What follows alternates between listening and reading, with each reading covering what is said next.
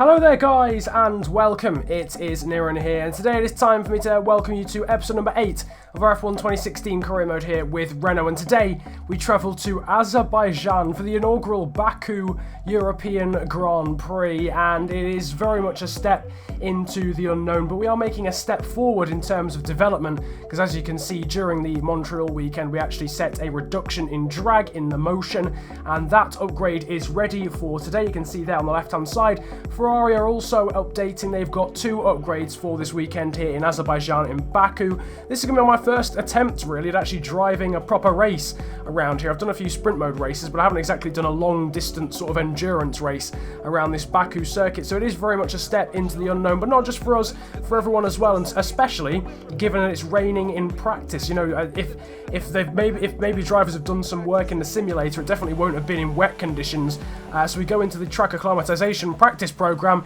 on the intermediate tyres and in sort of light rain conditions. And you can see that we are starting the track acclimatization pretty damn well later on in the lap, just giving you guys a little bit of a taster of the track itself, just in case you haven't seen too much of it.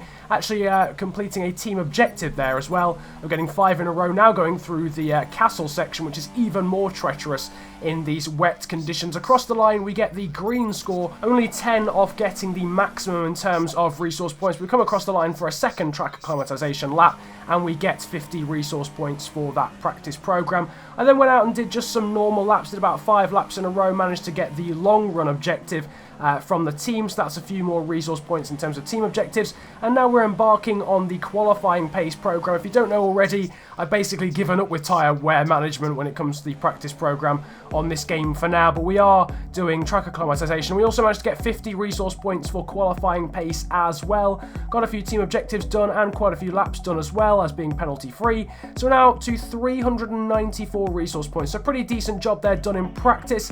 And we are now looking forward to trying to get this chassis weight upgrade done, reducing the chassis weight, and we'll try and have that done for Silverstone. We won't have it done for Austria, but hopefully we can go into this first Baku qualifying session and do well. So speaking of which, it's now time for the qualifying report.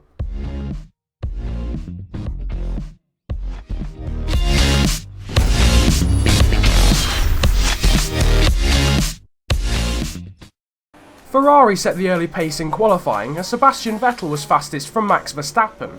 It was a dismal day, however, for the other Red Bull of Daniel Ricciardo, who was knocked out in Q1 along with Fernando Alonso and Yusufu. Nasser will start 22nd after a crash that brought out the red flag. Mercedes took a 1-2 in Q2, showing off solid pace in the second session. Both Williams cars were knocked out in 15th and 16th, whilst Marcus Ericsson made it into Q3 for the first time this season. But the form book was thrown out of the window in Q3, as Ferrari took a front row lockout with Kimi Raikkonen on pole. Daniel Kvyat and Sergio Perez made up a strange row 2, while Mercedes could only manage P6 and P7. So a topsy-turvy grid will see Kimi Raikkonen on pole for the European Grand Prix in Baku, with his teammate Sebastian Vettel alongside him. Daniel Kvyat and Sergio Perez are P3 and P4, with Verstappen 5th and the first of the Mercedes only down in 6th, being Lewis Hamilton. Rosberg took 7th from a strong showing from Marcus Ericsson in P8, and it's Gutierrez, Carlos Sainz, Nico Hülkenberg and Jenson Button rounding out the top 12.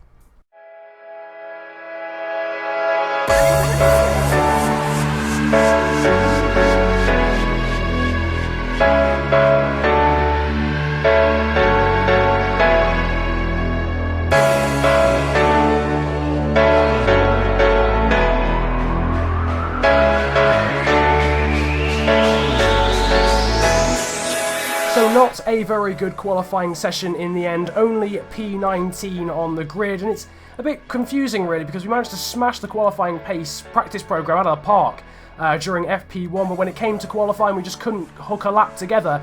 Unfortunately for us, that means that our rivalry with fellow Brit Jenson Button is significantly closer, we winning that one only 15-11 now.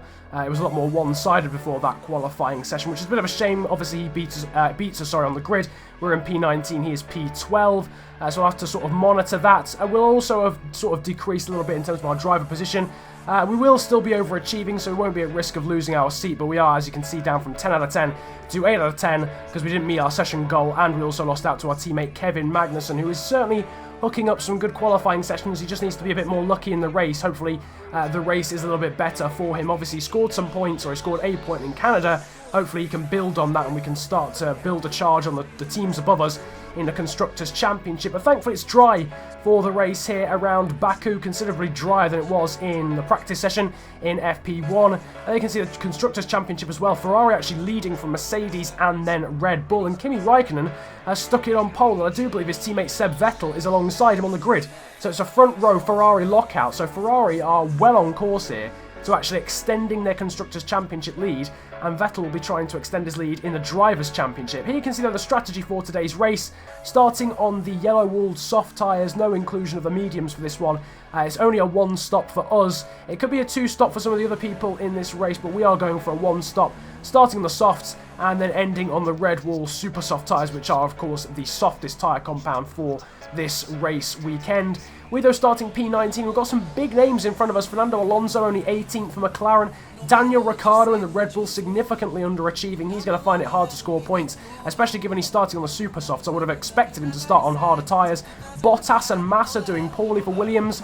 But then, of course, Magnussen, Ericsson doing really well in qualifying. Same for Perez. We, though, have now got to focus on ourselves. We've got to focus on our own race as the lights are now starting to illuminate. We've got 5 lights here for the Baku Azerbaijan Grand Prix. They are now off, and we are underway here. It's not a great start. In fact, it's a pretty underwhelming one. Ricciardo and Bottas getting away from us. Not a great start as well from Alonso. We've got a Manor poking its nose up the inside. That's Pascal Wehrlein. The German Alonso manages to hold on in front of us through turn 1. No positions gained, but we switch to the inside of the Spaniard and the McLaren. We go up the inside for P2. Not for P2, into T2, turn 2.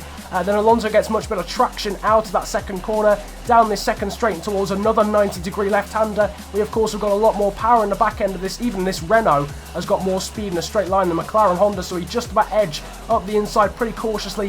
Felipe Naz has managed to get past Pascal Wehrlein there as well, and sort of a few corners into lap 1, we have gained 1 position. But unfortunately, we sort of see a bit of a blockade in front of us, some very, very quick cars directly in front of us. Daniel Ricciardo, Felipe Massa and Valtteri Bottas all ahead of us. We're going to find it difficult to overtake them. We're just going to have to hope that they sift their way through the order and that we can sort of capitalise and just follow them through. Got 2 Haas machines in front of them, and also the Sauber, Marcus Ericsson, who did really well, I think, to get into Q3. So he'll be aiming to score Sauber's first points of this season so far. It's been a pretty average start for us, I suppose. We've got to try and think of the long game, try and work on this, because it's going to be a very, hopefully, very entertaining and dramatic races. Seb Vettel setting fastest lap of the race, unsurprisingly, on lap 1. We are bearing down on Daniel Ricciardo in that Red Bull. We've got the slipstream, no assistance in terms of DRS. We go to the inside of the Red Bull on the super soft tyres. Felipe Massa's trying to attack his teammate as well. Massive lock-up for him, but we managed to edge up into P17 in front of Daniel Ricciardo, and now we've got these very difficult to pass Williams cars in front of us as well. They are very quick in a straight line, but onto lap 3 we are very close to them as we went through those final quick corners and onto the start-finish straight. DRS is of course enabled because we're on lap 3. We've got an amazing run on Felipe Massa, so even though he's in a Williams Mercedes, we are thinking of going up the inside. So that was Bottas, not Massa, and now we're going up the inside of Felipe Massa as well, so it doesn't even matter. We've gone past both of the Williams cars, down one straight and down into turn 1. We just stuck our nose up the inside there of Massa, just to test whether he'd close us off. In the end, he didn't. Now coming through the castle section onto lap 4, we've got a plume of smoke in front of us, and it is Marcus Ericsson, who was having such a promising race, and at a tight part of the track like this, the AI are finding it very difficult to get through. We managed to overtake Jenson Button, but obviously it was yellow flag conditions, so it's an illegal overtake. We'll have to give that position back to Jenson Button in due course. He's going to come at the inside of us now. There we go. Through he goes. The illegal overtake sort of disappears. But poor Marcus Ericsson with an engine blowout through the castle section on the track. Probably the worst part of the track, really, to get any sort of problems whatsoever. And it's actually brought out a safety car. So clearly Marcus Ericsson wasn't able to sort of park up his Sauber in a safe position. So the safety car is out here on lap 4. Unsurprising, really, that we've got a safety car in here in Azerbaijan. We've managed to pass the safety car because that's now waiting for the leaders to come through. So we go through without any sort of issues. We're on board here with Esteban Gutierrez, who will do the same, but actually doesn't avoid the safety car. Oh my word, Esteban Gutierrez crashing into the safety car. Massive collision as well. We'll now see it from the off-board camera, and that is absolutely huge. Esteban Gutierrez lucky not to rip a wheel off after hitting the safety car, would you believe? On to lap 6, and Kevin Magnussen is going so damn slowly that we're not even going to be able to beat this Ferrari out of the pit lane, and our own teammate has just stabbed us in the back. So Kimi Raikkonen, who pitted off the super softs Obviously, he decided it was worth pitting under the safety car, which is probably the right move in the end. But he came out of the pit lane, and we could have passed him had Kevin Magnussen not been going about 3 miles an hour through the first corner. You can see that onto lap 7, the safety car is actually coming in, and myself and Kimi Räikkönen haven't actually caught the queue yet. So I don't know why the safety car's coming in. There were only about 4 people behind him and he just decided to bolt into the pit lane. No one had really caught him. In the end, I think we are just about going to catch the queue before they get going, but Kimi Räikkönen now brake checking us for no apparent reason. I think the gaggle of cars behind us will just about be okay as well. We just about catch the queue there onto the home straight, leaving it a bit fine. Kimi Räikkönen going very slowly, as was Magnussen as well, which caused this whole problem in the first place. We are, though, preparing to get back to racing speed as we go down this home straight, and now I think everyone's got the power down, and we are back to racing, and we are back underway. We've got a car going slowly. It's our teammate Kevin Magnussen, though. We go around the outside of him, and apparently, according to our team radio guy, he's actually out of the race, so as soon as the safety car came back in, our own teammate, I think it must have been a mechanical issue because he was going very slowly down the home straight. We'll see it again in a moment, but everyone just about managing to get past him in front. Sort of people weaving to the left and to the right, but as you can see, it was Kevin Magnussen with a left rear puncture in the end, which was making him go so slowly, and then he was collected by Valtteri Bottas. Massive collision between Kevin Magnussen and Valtteri Bottas, so he actually had a puncture. You can see this is on board with Felipe Massa. There's the collision, and it rips the wheel off of Kevin Magnussen, and yet again, our Danish teammate is struck with some bad luck, and actually Felipe Massa managed to smash into the side of his side pod, so Felipe Massa's got some front wing damage, but Valtteri Bottas, the instigator of that collision, I guess he just couldn't get out of the way of Kevin Magnussen in time, and it rips the wheel off Magnussen's car. He is now out of the race. We're down to 20, unfortunately, and our teammate is out once again, and yet again it was a puncture. Valtteri Bottas going past the Renault cleanly this time. This time it's us. He's up into P8 there with the superior straight line speed. On to lap 9, he's now trying to overtake a car in front. That's Jenson Button. Obviously Valtteri Bottas out of position really in this race. He's got a lot more speed than we do. We've got a lot more speed though than Jenson Button. DRS now being enabled, and without DRS, did you see how far we came back there to actually pass the McLaren Honda there of Jenson Button, just showing how bad that car is in a straight line, because we came back from a massive distance away. On to lap 10, we've now got Valtteri Bottas, who's obviously a lot quicker, and he's just sort of helping us get through the order. He's trying to get past the Haas there of Romain Grosjean. He swerves to the left just in front of us. There's a little bit of a gap to the right-hand side. We're going to go 3 abreast. Valtteri Bottas goes past Romain Grosjean already. We've now dispatched the Haas car as well, who didn't have DRS. Now we're going to go to the inside of Valtteri Bottas as well. So close in terms of both of the overtakes there that we had to make. That was absolutely astonishing. Almost crashing into Bottas and Romain Grosjean separately there down the straight. And we were lucky not to have a collision. We've got a collision, though, for another car. This is Rio Haryanto, who's also had a mega crash down this home straight. It's a similar thing to Kevin Magnussen. He's had his wheel ripped off. It's the other Haas car. This is Esteban Gutierrez, and Rio Haryanto, I think, is trying to get in the pit lane. And he swerved to try and get in the pit lane, but it's ripped his wheel off because Esteban Gutierrez was there. So that's another car out of the race. We're now down to 19. 2 massive collisions down this home straight. First for Kevin Magnussen, now for Rio Haryanto. We are fresh off the back of making that incredible move on both Grosjean and Valtteri Bottas down the straight, and now Bottas is trying to get in the pit lane as well. He's extremely lucky not to suffer the same fate there as Rio Haryanto. Again, a very similar situation to the Haryanto one. Just about keeps his wheel on somehow. I actually have no idea how. He somehow didn't lose a wheel there, especially with the collision with the pit wall as well. Somehow only loses his front wing, so he's just about still in the running, but not entirely sure how Bottas didn't retire from the race in a similar fate to Rio Haryanto. On to lap 14, Jenson Button is trying to get past us there in the McLaren, but you can see that he's struggling to get through, even with the assistance of DRS. Now on to the next lap, on to lap 15, big lock up there into turn 1. We are actually in the lead of this race because all the people on the super softs and all the people at the front of the field have now pitted. We've got one of them behind us though, and it's Sebastian Vettel, so this lead will not last very long. We only inherited it on this lap, and we're about to lose it on this lap as well, because Sebastian Vettel breezes through on those fresh soft tyres and up into the lead of the race again. He could be about to win and extend his lead in the championship once again. On to lap 15 though, we are about to ditch these soft tyres and put on a fresh set of super softs. Into the pit lane we come, avoiding any sort of speeding penalty. Obviously this is our first time coming into the pit lane in Azerbaijan ever, so we did a pretty decent job there to avoid any sort of speeding penalty. The super softs go on, and it is an absolutely horrendous pit stop from the Renault crew. And to be honest with you, I know we were being held there for a Toro Rosso and a McLaren, but generally the pit stops this season from the Renault boys have been pretty poor, to be honest with you. I don't think we've actually had a sub like 2.4 second pit stop. It's been really poor from the Renault guys, realistically, and that could cost us a place to Jenson Button. You can see there's a dot coming out of the pit lane. That is in fact Jenson Button. We were hoping for an undercut on the McLaren driver, but because of that absolutely disastrous pit stop, 5-second pit stop, we've actually lost out to Button. It's taken a few laps now to catch the Brit again. He's in the McLaren. He's actually trying to get past Romain Grosjean in the Haas.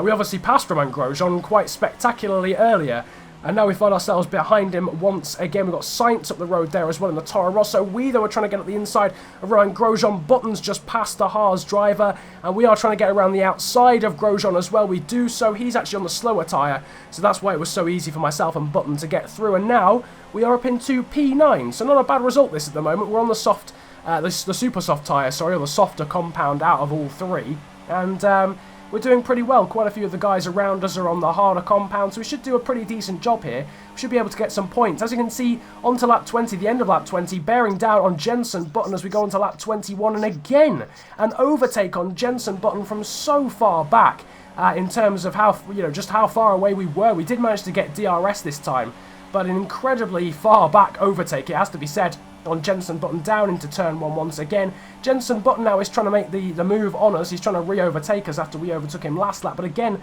that McLaren Honda does just not have the square. It doesn't have the pace in a straight line to get past even our Renault, even with DRS. Now we've got a bit of a train, though, forming behind us. Romain Grosjean is in it as well. Sergio Perez in that Force India with that Mercedes power unit is also here. Daniel Kvyat in the Toro Rosso is challenging too.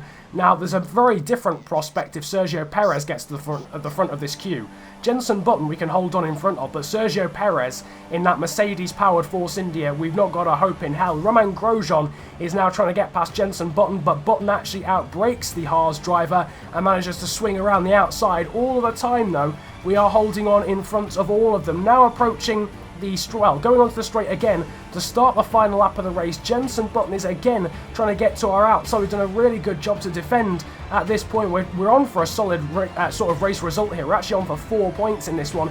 We can't get too ahead of ourselves now though, because later on into the lap, and you can see that Sergio Perez has managed to get to the front of the queue, and he's got Valtteri Bottas with him as well, going through the castle section. You can see this wonderful sort of aerial shot, the helicopter shot, but we have got two of the fastest cars on the grid behind us, and I think we're going to struggle to keep these guys behind to the line. We'll obviously not have DRS. They will all have DRS. We'll have to just use rich fuel mixture. We go a little bit wide there through that left-hander as well, which means Perez and Bottas are right behind us. Jenson Button is right there as well. Coming round this left-hander now, only these quick chicane-like corners left to go, and we are in desperate need of some sort of overtakes behind or whatever, just slowing themselves down. We've not got the greatest run though going onto the straight. Sergio Perez is going to go to the right. Valtteri Bottas is going to go to the left, and I think we're going to get swamped to the line. Yes, we are. Valtteri Bottas gets both of us. We, though, are going to finish in P10. I think we run out of fuel across the line as well. But Valtteri Bottas pips us to 8th. Perez pips us to 9th. And we will have to settle for yet another P10. But the winner in this one is this man, and he's very happy with it as well. It's Sebastian Vettel. You can see pumping his fist. He is happy with that result, and it is yet another win for the German in the Ferrari. He will extend his lead in the championship over Lewis Hamilton once again. But it's a story of what could have been for us. Obviously, we were 8th going through the final corner, and by the time we were at the line, we were P10. We've been dragged to the line once already this season in Australia. Daniel Ricciardo beating us at his home Grand Prix. This time we get beaten by 2 cars. Unsurprisingly, 2 cars with Mercedes power units in comparison to our Renault one is just not a fair fight realistically. Vettel though winning, Rosberg finally getting on the podium as well alongside Kimi Raikkonen. Hamilton ended up in P4 with Verstappen 5th. Sainz and Hülkenberg actually managed to drag each other to the line, so hence why the gap between those guys was so small. Carlos Sainz just pipping Nico Hülkenberg to the line.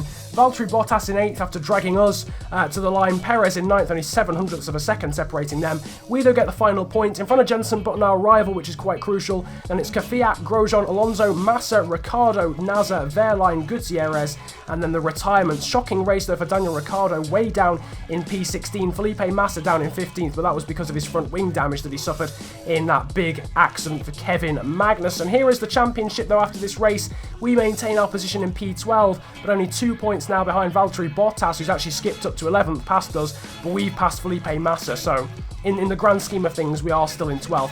Vettel, though, leading the championship by almost, I don't know how many it was actually, but he's leading the championship still.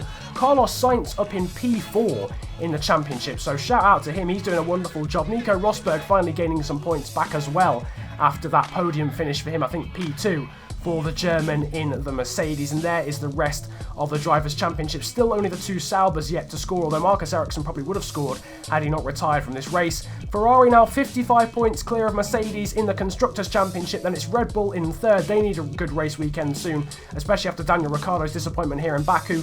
Toro Rosso fourth, then it's McLaren, Force India, Williams. We maintain eighth in front of Haas, Manor and Sauber. So not a bad race weekend. Again, a top 10 finish. A bit of a shame that Kevin Magnussen couldn't have done better.